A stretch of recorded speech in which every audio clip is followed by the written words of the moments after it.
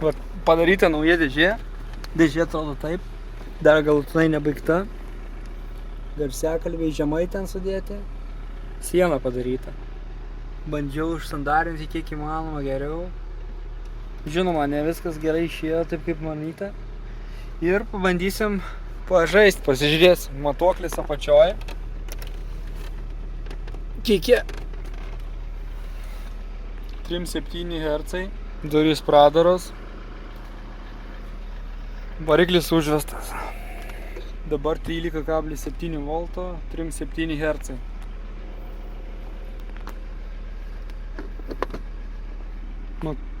Bazinis matuoklis ant pusės atsuktas. Nu ir važiuojam.